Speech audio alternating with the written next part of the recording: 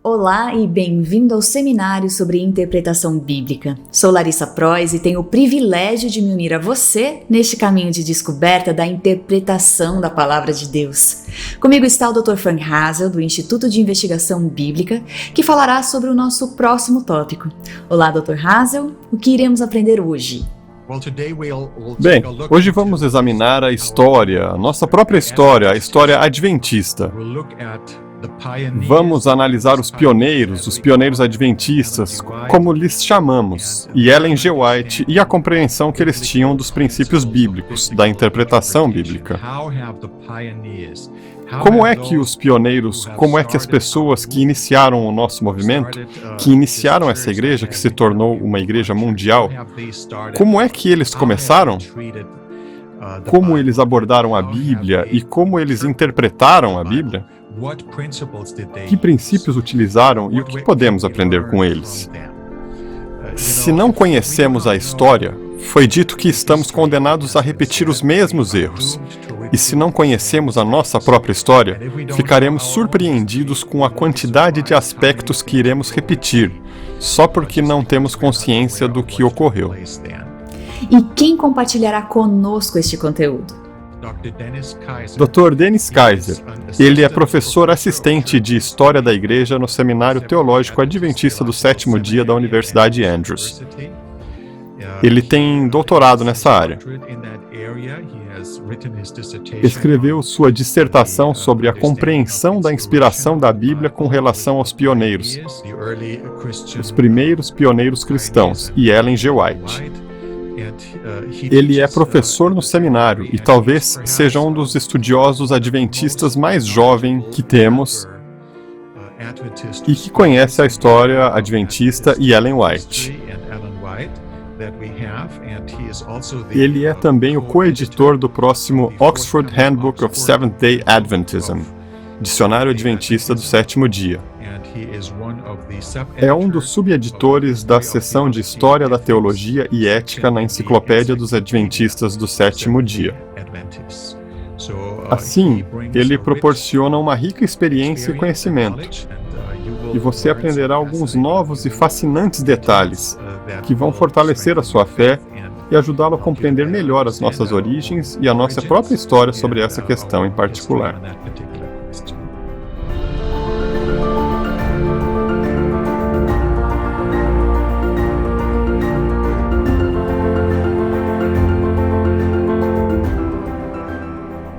Estamos de volta e comigo está agora o Dr. Dennis Kaiser para apresentar algumas perspectivas de uma pesquisa que ele realizou sobre pressuposições, percepções e métodos de interpretação bíblica dos adventistas do sétimo dia. Então, Dr. Kaiser, a que ensinamentos de inspiração divina os adventistas do sétimo dia aderiram nos primeiros 45 anos de sua existência? Em 1883, portanto, na sessão da Associação Geral, acabaram por votar que o aprimoramento da gramática dos testemunhos de Ellen White para a Igreja é possível porque geralmente acreditamos que os pensamentos são inspirados, apenas em casos raros as palavras, claro, em relação a Ellen White. Os adventistas, em geral, acreditam que a inspiração dos escritores bíblicos e de Ellen White foi a mesma, portanto, de uma forma que também se poderia ser usada nesse caso. Mas o presidente da Associação Geral, naquela época, sentiu que era necessário expor a doutrina da inspiração, digamos, o ensino sobre a inspiração, porque era a doutrina da Igreja expor mais, explicá-la mais e colocá-la no embasamento bíblico. Ele tentou fazer isso, salientou que o Espírito Santo opera de diferentes formas, de maneiras diferentes e com uma finalidade.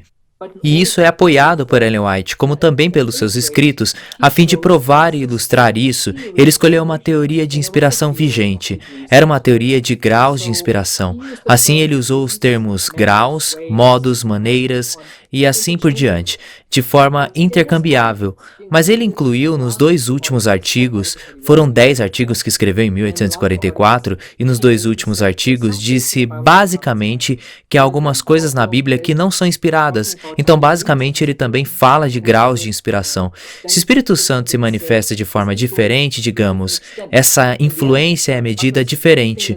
No fim, disse Butler, tudo é fiável e digno de confiança e assim por diante. Mas, de certa forma, forma, é difícil para nós afirmarmos quanto ou quão pouco o Espírito Santo esteve envolvido.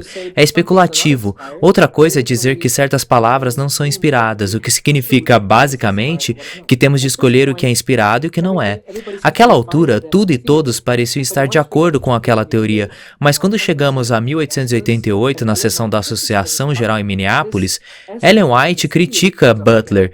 Esse aspecto de sua teoria surge novamente e ele diz: penso que algumas das coisas que Ellen White escreveu a meu respeito não são inspiradas. E a resposta de Ellen White é que os artigos de Butler sobre inspiração não foram inspirados por Deus.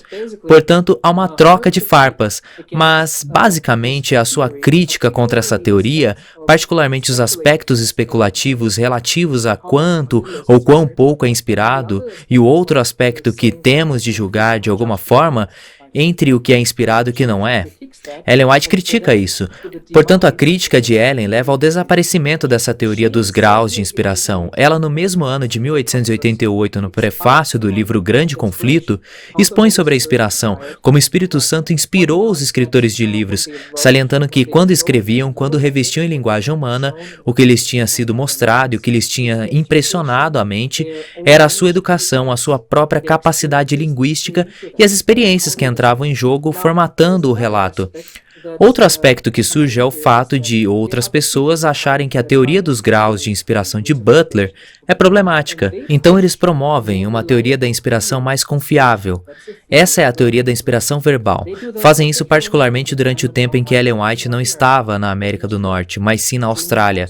É durante a sua ausência. Pessoas como Eddie Jones, W.W. Prescott, John Harvey Kellogg afirmavam que o Espírito Santo concedia as palavras, asseguravam que as palavras usadas eram as mesmas palavras que ele queria.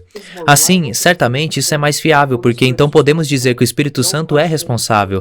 Nenhuma pergunta ou dúvida ou qualquer coisa é basicamente garantida quando se trata de ler a Bíblia.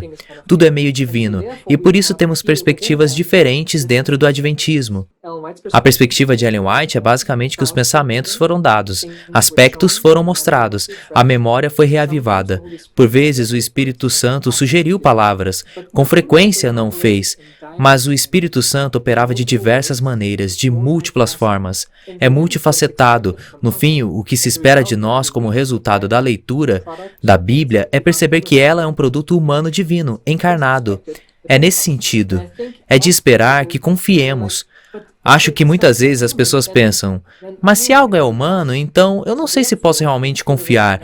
Elas sentem que a outra teoria basicamente diz que tudo é completamente divino. Então não há espaço para dúvidas, e isso é mais fiável. É interessante que Ellen White não tenha promovido essa teoria enfocada na palavra, uma teoria geral focalizada na palavra, mas tenha promovido uma que é multifacetada, mas que requer confiança. Será que os pioneiros adventistas viram a necessidade dos pastores de conhecer as línguas bíblicas? É claro que temos de ver que, no início, só tínhamos alguns ministros adventistas e o campo estava maduro. Inicialmente não havia, até o início dos anos de 1870, não havia realmente qualquer formação de pastor. Era algo mais ou menos assim. Não há ninguém que evangelize lá, portanto, se você conseguir alcançar algumas pessoas, parece ter sido chamado por Deus. Então, esse era o objetivo inicial da época. Poderia existir alguma orientação de um pastor adventista mais velho. Mas não foi isso que aconteceu, não havia realmente qualquer expectativa de que as pessoas tivessem formação formal em línguas, nem mesmo quando já tínhamos o colégio Battle Creek College, que começou em 1874. Não se trata de uma formação ministerial, não havia formação teológica. As pessoas iam porque Ellen White falava de educação, mas as pessoas não sabiam realmente como pôr em prática esses princípios educativos. Por isso, basicamente, só copiavam o currículo das faculdades gerais nos Estados Unidos e tinham uma formação clássica. Formação clássica significava, basicamente, ter grego e latim, ler os escritos desses escritores gregos e romanos, e fazer isso durante 11 a 12 anos. Não sei se foram trimestres ou semestres, porém era mais de 5 anos. Ellen White criticou isso, dizendo, bem, para algumas profissões pode ser útil conhecer as línguas antigas. Para a maioria das pessoas não é. Tenham em mente que isso não é um ministério de formação. Temos homens e mulheres frequentando esses estudos. Eles podiam se tornar mais tarde enfermeiros, tipógrafos, podiam voltar à agricultura, podiam se tornar missionários, mas não se tratava de uma formação ministerial. Basicamente, se fizessem esse curso, eles deveriam ler todos esses escritos, aprender sobre os dispositivos e, digamos, os partidos e todos os dos gregos e romanos. E não há um curso obrigatório sobre religião. Isso é como o quê? Você passou todo esse tempo com as coisas más só para aprender grego e latim? E nem era necessário um curso obrigatório sobre religião? Isso sim é ruim. Ellen White os critica, mas não diz que não foi bom para algumas profissões aprender as línguas bíblicas. A questão é saber como. E assim, embora como igreja não tivéssemos realmente uma formação ministerial adequada até a década de 1930, havia alguns pastores adventistas que basicamente eram autodidatas em hebraico e o grego. Alguns ministros adventistas ou trabalhadores da igreja como Ray Smith, J.N. Andrews, W.W. Prescott, na verdade aprenderam latim e grego quando iam à escola básica, tal como hoje em dia, ou como no ensino médio ou algo assim. Quando foram para a universidade, aprenderam essas línguas. Andrews até pode ter tido um pouco de francês, mas ele queria saber mais, cavou mais fundo em algumas línguas. E por isso, aprendeu a língua hebraica sozinho.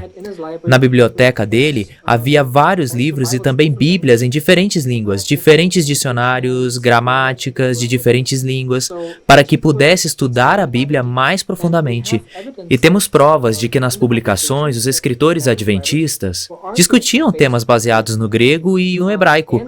Andrews, quando esteve na Europa, foi à Prússia. Lá ele teve um debate, uma discussão com o pastor luterano. E Andrews foi muito bem sucedido em discutir o seu ponto de vista sobre o Novo Testamento e as palavras gregas utilizadas nele. Nesse sentido, embora não tivéssemos uma formação ministerial formal na qual se ensinasse hebraico e grego, pois não era exigida no ministério adventista, havia uma apreciação pelas pessoas que eram capazes de fazer o uso desses recursos, ou que aprendiam as línguas bíblicas sozinhas, como fizeram o Ray Smith e Andrews, e continuavam a usá-las, ou quando escreviam artigos de livros, utilizavam de fato recursos onde outros escritores protestantes conservadores tinham feito uso, digamos, da crítica textual das passagens e manuscritos em hebraico ou grego, e assim fizeram uso disso, citando e apreciando os resultados desses estudos, ainda que, digamos, eles mesmos não tenham feito críticas formais. Por isso, eles não achavam necessário que houvesse um estudo formal. Isso não era ensinado aos pastores, mas por outro lado era algo apreciado pelas pessoas leigas. Gostavam quando o pregador sabia as línguas e vários deles aprenderam por conta própria. Como o estudo das pressuposições, percepções e métodos de interpretação bíblica dos primeiros adventistas é relevante para os pastores e membros da igreja hoje? Penso que pode ser relevante para vários fins, dependendo da percepção que tivermos dos pioneiros adventistas. Se pensarmos que eles eram apenas uns caipiras, que basicamente eram ignorantes e não tinham a menor ideia, então, ao estudar a história dos adventistas mais profundamente, perceberemos que, na verdade, esse não era o caso, pois o que eles fizeram pode ter sido mais profundo e mais, técnico até do que aquilo que fazemos hoje. Nesse sentido, penso que isso pode ser útil para entender. Na verdade, talvez não possamos simplesmente deixá-los de lado. O outro aspecto é que, por vezes, pensamos que os pioneiros adventistas eram dirigidos por Deus, portanto, tudo que eles acreditavam deveria estar correto. Entretanto, há certas suposições que vêm acompanhadas, ou seja, significa que, se alguém é guiado por Deus, é como se a pessoa fosse mais ou menos controlada. Sendo assim, qualquer que fosse a crença da pessoa, ela deveria estar certa. Se eu tiver uma visão simplificada da história dos adventistas, isso pode funcionar. Entretanto, se eu cavar mais fundo, dou-me conta do que eles mesmos tiveram muitas discussões. Eles faziam acordos gerais, por vezes discutiam. Por quê? Porque queriam chegar a uma melhor compreensão, mas não concordavam necessariamente em todas as interpretações de certas passagens. Concordavam no principal, mas não em cada passagem, como interpretá-la ou algo parecido. Eles também desejavam aumentar a sua compreensão, por isso continuavam a estudar. E vemos isso em vários tópicos. E os primeiros 50, 60 anos ou mais da história do Adventismo, desde os anos de 1840 até o presente, ou digamos pouco depois da virada do século, eles cresceram na compreensão de certos tópicos, cresceram na compreensão das passagens bíblicas. Se eu apenas disser que quero retroceder aos pioneiros, eu, como historiador, perguntaria: a que época? A que época? Isso porque eles continuam a estudar, eles continuam a crescer. A outra coisa é, ok, que pioneiro? Qual deles? Porque também há diferenças. Assim, existe compreensão mais profunda da história adventista e de como eles abordavam a Bíblia, como interpretavam a Bíblia. Basicamente dizendo-me, tudo bem, não posso apenas dizer que uso os pioneiros como a última norma de como a Bíblia deve ser entendida. O outro ponto é, se eu tiver uma compreensão adequada de como os pioneiros realmente usavam a Bíblia, então poderei perceber sim que as línguas bíblicas tinham um certo significado. Pode não ter sido exigido aos pastores que as conhecessem, mas eles não pensaram que fosse insignificante. A outra coisa é, quando se trata de crítica textual, é preciso olhar para os diferentes manuscritos que são mais fidedignos ou originais e assim por diante.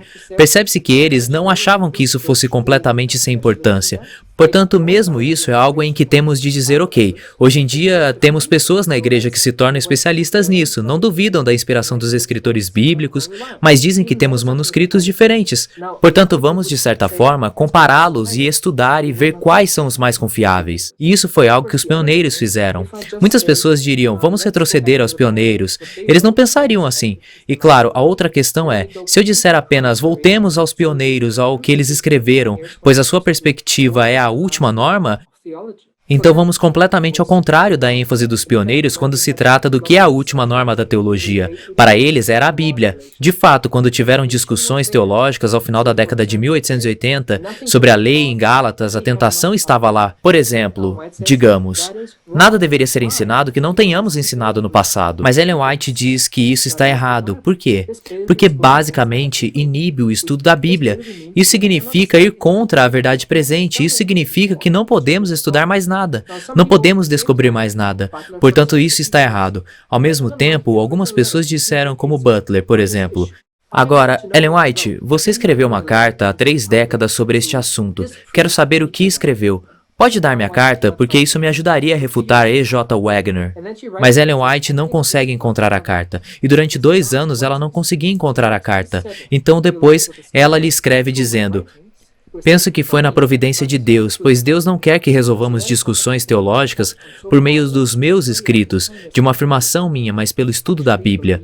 Esse é um aspecto que não abordamos até agora, mas era assim que os pioneiros adventistas, até os anos de 1880, acreditavam realmente que fosse. Ou seja, para eles, a Bíblia era a última norma de fé e doutrina. Eles também acreditavam que Ellen White havia sido divinamente inspirada, por isso apreciavam os seus escritos, talvez mais do que nós o fazemos hoje.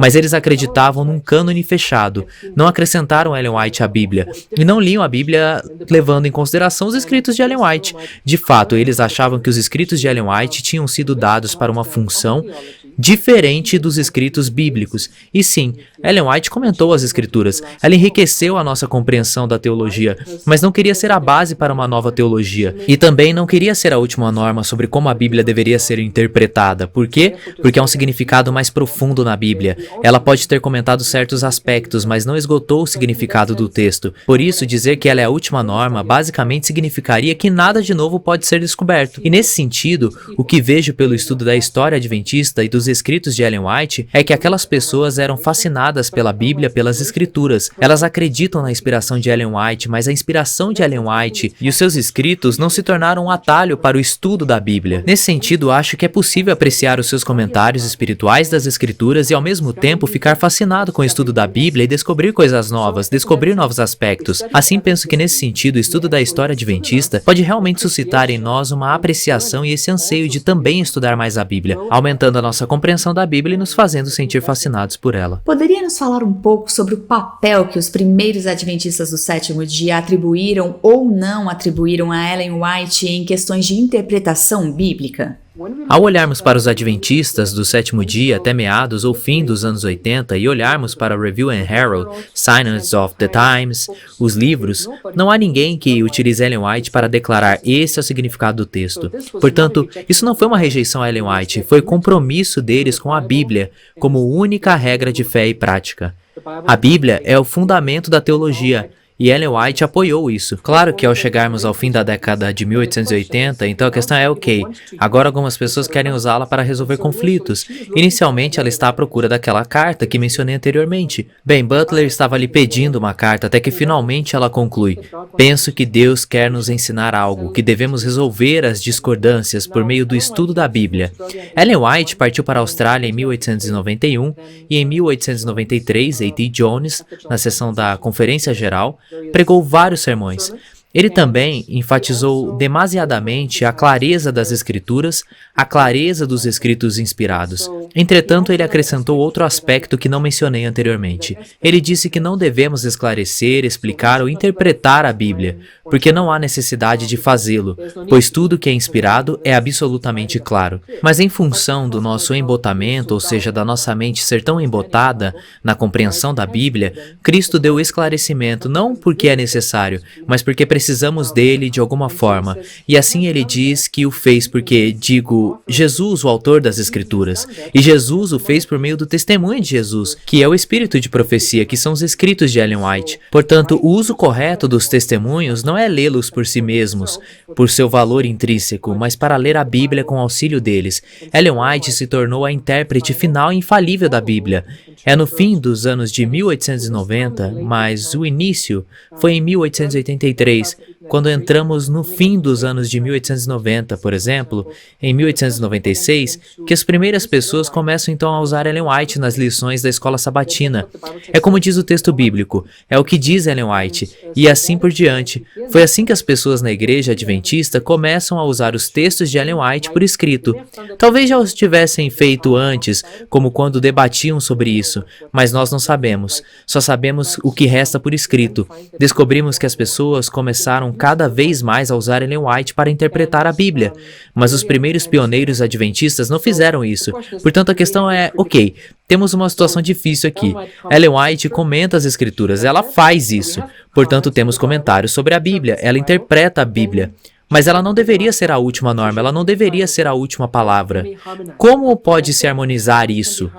E penso que pode ser harmonizado da seguinte forma. Bem, eu devia estudar a Bíblia primeiro, depois de ter feito isso em profundidade, devo ler os escritos de Ellen White e concluir: na verdade ela afirmou o que eu encontrei. Isso não é encorajador?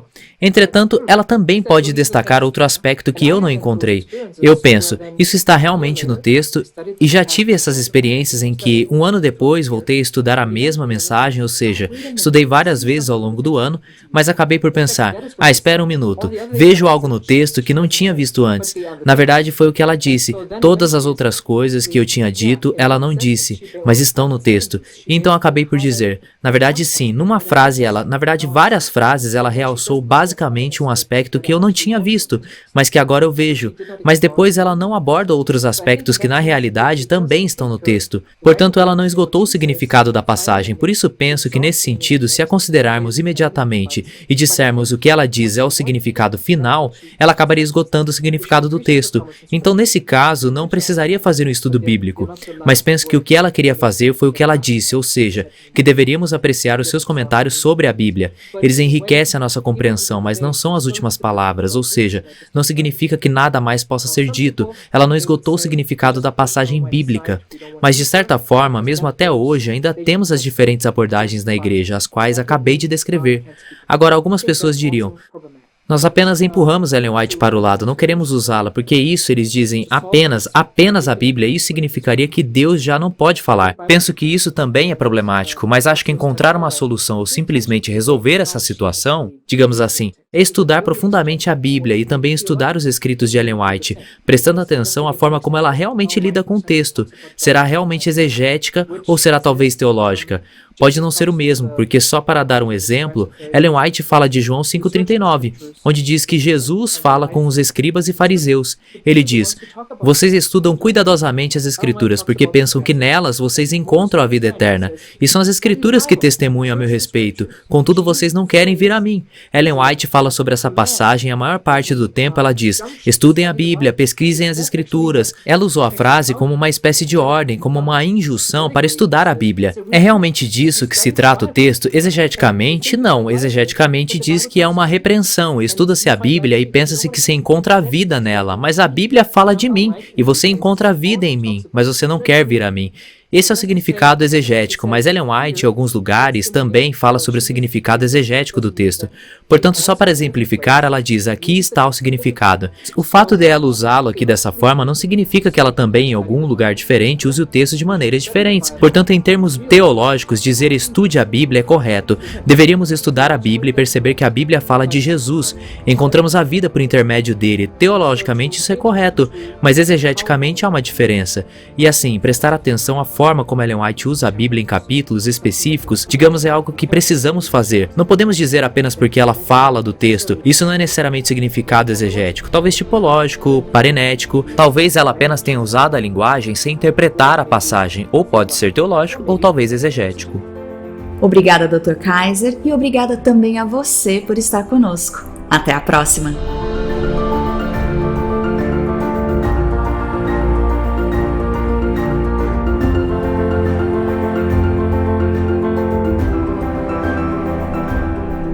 Para um estudo mais aprofundado deste assunto, adquira agora o livro Biblical Hermeneutics: An Adventist Approach no site www.adventistbiblicalresearch.org.